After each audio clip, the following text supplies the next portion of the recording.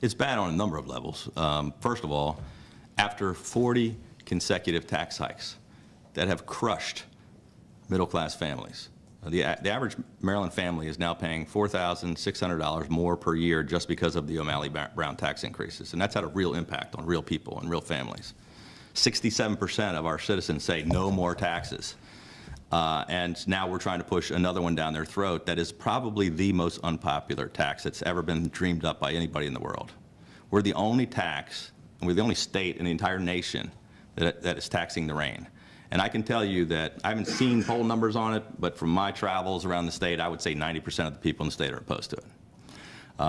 Part of it was it's the straw that broke the camel's back. It was really poor timing to come up with this new idea after 7 years of constant barrage of new taxes that are just killing people. So that's my primary opposition to it is just we can't take it anymore, and that's the way people feel about it.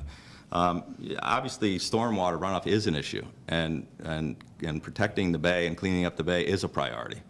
But forcing only 10 jurisdictions out of the state and picking and choosing which 10 we're going to pick on, and having the state mandate to the local governments, you know, we're not going to raise any more taxes because people are about to revolt and we have a tax revolt in our state. We're going to force you to raise taxes. In a couple of instances, people were talking about getting drain tax bills that were higher than their property tax bill. You know, they're totally unprepared for this. Carroll County basically pushed back and said, we can pay for this stormwater management out of our existing budget. Don't make us tax our citizens more. You know, how can you impose a state requirement that these people have to pay something, but these people don't? And you have to raise taxes whether you like it or not. So there's 3 or 4 reasons right there why I'm opposed to it.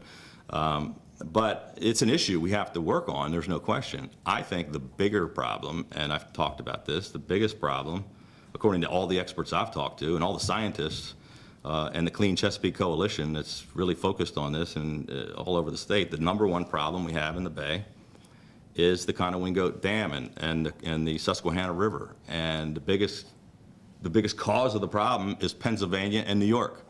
And we've done nothing. We've done absolutely nothing about that. So rather than taxing struggling Maryland families that can barely pay the existing taxes, I'd like to push back on the federal government and say, you have a responsibility.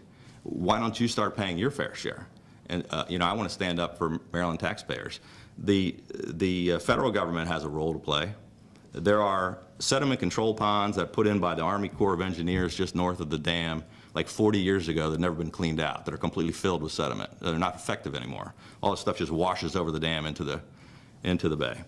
The Army Corps of Engineers has a responsibility. The EPA has a responsibility. We need to push back against Pennsylvania and New York. I realize they don't border on the Chesapeake Bay, but they're a huge part of the pollution problem.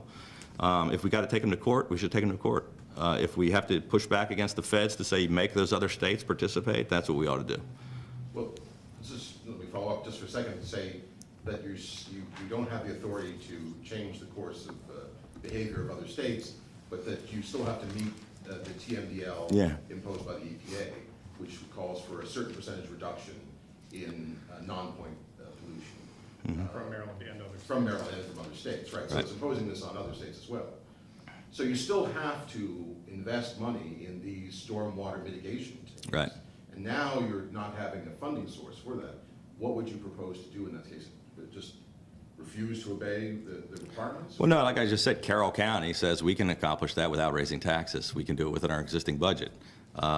You know, first of all, I don't think we can impose it only on 10 counties. It's got to be something across the board, and I think we can figure out a way to do it within the existing confines of the state budget and the local county budgets, working together to try to come up with some kind of a common sense solution.